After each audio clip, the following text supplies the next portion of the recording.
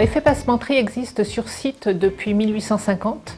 C'est une entreprise qui a été toujours située au bord du Dorlay. Il n'y a jamais eu de délocalisation. L'entreprise a connu dans les années 1920-1930 environ une activité avec 200 personnes, puisqu'on travaillait plus particulièrement pour la maison Coco Chanel. Et Coco Chanel envoyait ses modèles et on créait les machines, puisqu'il y avait en interne un atelier de menuiserie et un atelier de mécanique pour la création des machines liées au dessin.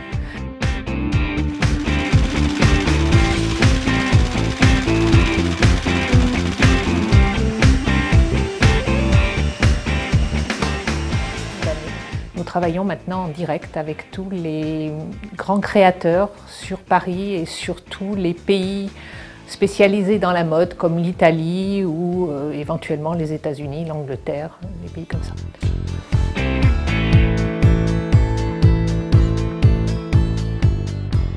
L'activité de l'entreprise est divisée en 4 secteurs. Le crochet pour tout ce qui est franges et galons, la chenille où nous possédons actuellement le dernier entreprise de chenille en France.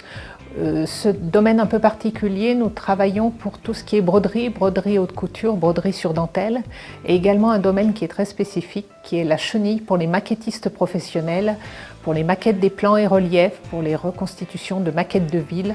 Donc c'est un domaine un peu spécial. Le troisième atelier étant un atelier tresse. Je dirais qu'à l'époque ça fonctionnait beaucoup par les tresses et lacets, comme le musée des tresses et lacets à la terrasse sur Dorlay, mais l'évolution de l'activité a fait qu'aujourd'hui on fait quand même des choses beaucoup plus spécifiques que les lacets de corset ou les lacets de chaussures.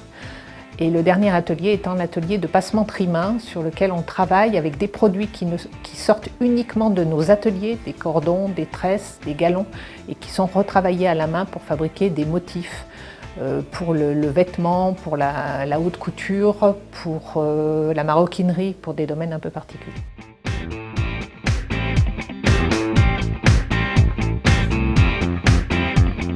L'entreprise a environ 14 000 modèles en référence de base et nous créons, je dirais, toutes les semaines, suivant les périodes et les périodes de défilé, entre 5 et 20 modèles par semaine.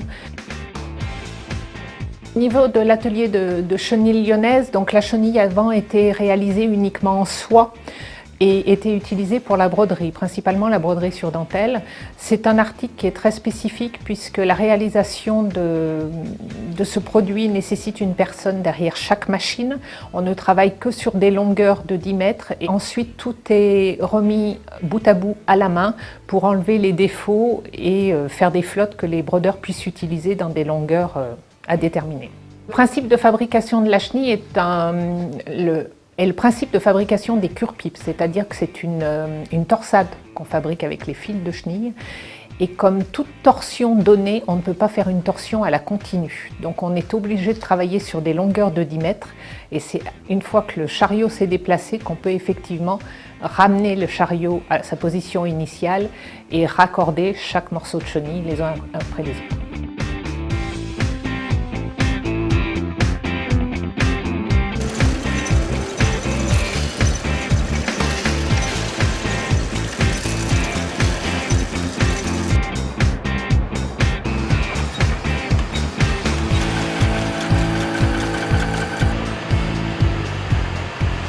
Nous avons débuté depuis déjà 4-5 ans une formation en binôme sur certains postes de travail afin d'assurer la pérennité de l'entreprise.